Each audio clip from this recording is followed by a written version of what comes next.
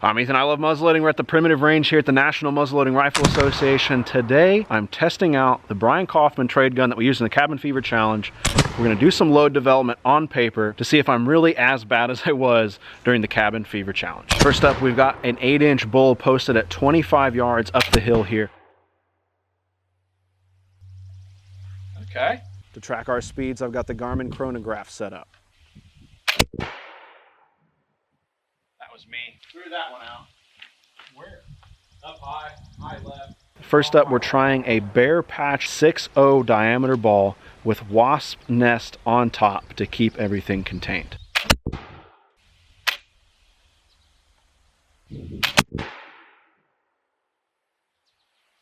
Okay.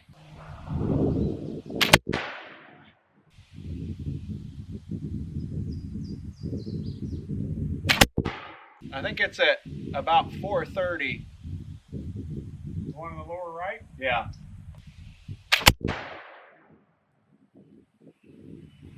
Okay. Now that one slowed down, 1040 or 846. Climbing the hill here to our target at about 25 yards. There's our first 10-shot group out of that Northwest trade gun. I'm not sure the particular order, but I do know that these were our first 2 shots, and then we really opened up from there.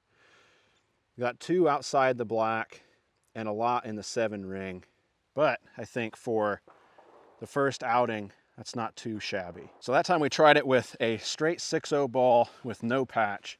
I'm gonna try some 6.10 balls next with no patch. Same distance to see if there's any difference. And we're gonna clean before we start the next round. And I know I threw that one. I mean, I felt it. So, I mean, that's all me. This is the last one I saw that was in the white. Yeah. All of them are in the black. I mean, I'm not scoring anything at Friendship, but... Well, no, but you know what, though? Once you get her down, you'd be hard to beat. I think if I practice a little bit with that, I think that's not a bad combo. No, that's a good combination. Okay, so this is our first shot of the 6.10 round balls at 25 yards. It's getting windy, Scotty. Ah. I shot that way low. 10-15. Ah. Pulling way too early. There we go.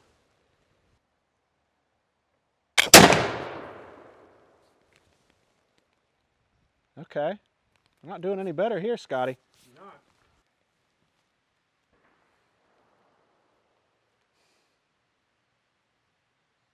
Times like this, Dad would tell me to slow down. Really?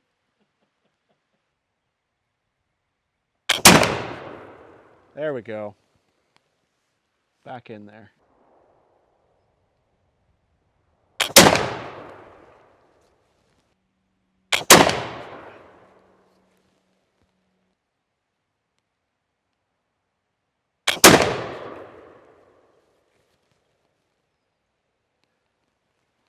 I think that's touching holes. I don't know, Scotty. I think we're getting a group up there. I don't want to speak too soon. What's the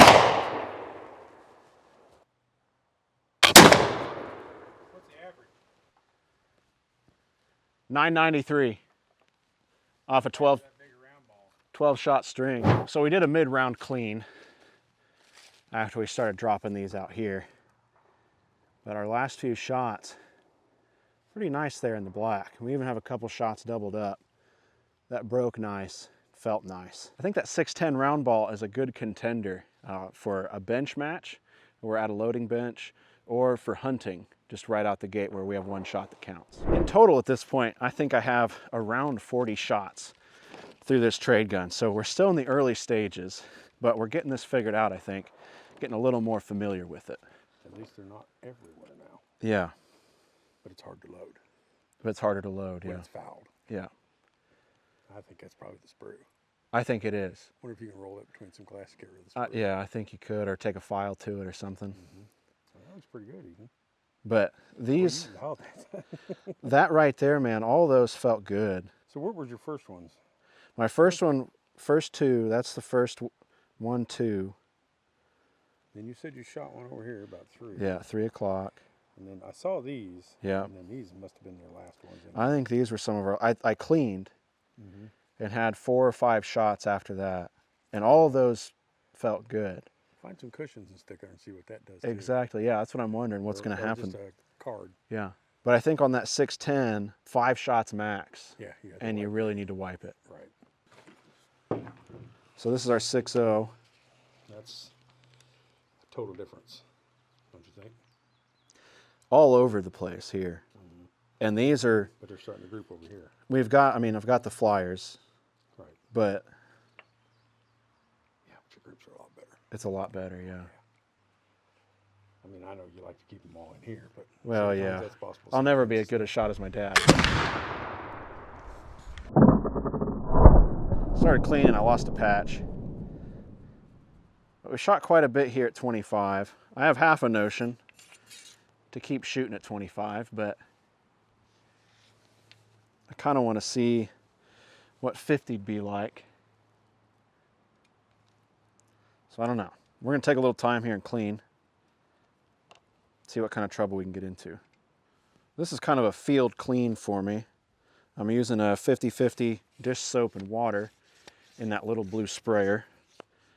And I also went ahead and hit the lock and the pan with that same water and soap. We caked up a lot of fouling there. Now we're getting smooth. And this is the same kind of field clean that you might do in between a relay at a match, or between shooting matches at an event.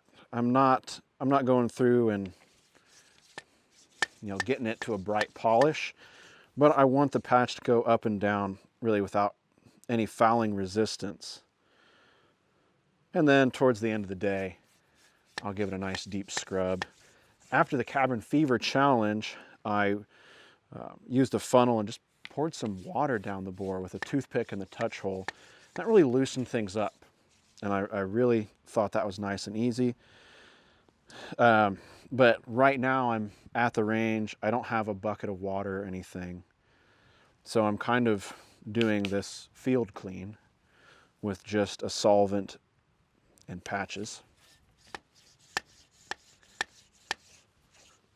I found shooting those straight 6.0 balls, the fouling I can get through 10 shots. Shooting the 610s, it's not. You might be able to hear that. We got some air coming out of the touch hole. It's all, cleaning stuff is all on your comfort level. So for me, I'm going to be shooting more today, and all I want is to get rid of the fouling in that bore so I can keep shooting. And again, at the end of the day, I'll come in, really clean things up, get it oiled up, and put it back in the vault. There's a look at our lock area, and you can see got quite a bit caked up here, but with a couple simple wipes, we're back in pretty good working order. I'm just using a patch to wipe off some of that solvent that I'd sprayed on there. Grab a dry section, hit our frizzen. And that's really all I'm worried about right now. You can see here behind our frizzen, we've got quite a bit built up there, but that'll all clean up later in the day. Take me a small stick here, do this at your own risk, and just go in and out of that touch hole a little bit. Make sure that's nice and clear, and we can keep going.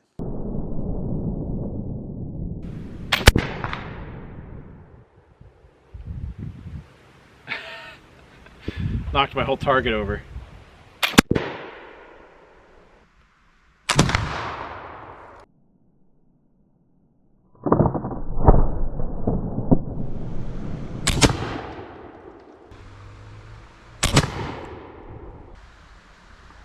I think it's safe to say that at least at 25 yards, we're not doing too bad. I think this takes us up to about 75 or so shots in total that I've been able to do with this muzzleloader.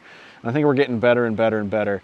After getting on paper a little bit, I went through some of the metal silhouettes that hang here at the primitive range and was able to ring a few. Missed a couple, but was able to get back on them for a second shot, which was good. I think moving forward, we just need to keep practicing, keep dialing in that at 25 yards. I want to get back out to the range here and get out to 50 yards and start seeing if I can get an idea of where we're at. Coming out of the Cabin Fever Challenge, I was shooting low based on what we were seeing out of the backer.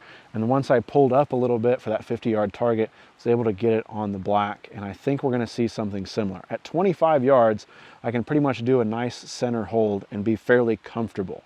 So we have a couple things to work on. We have a plan of action though, which I'm excited about.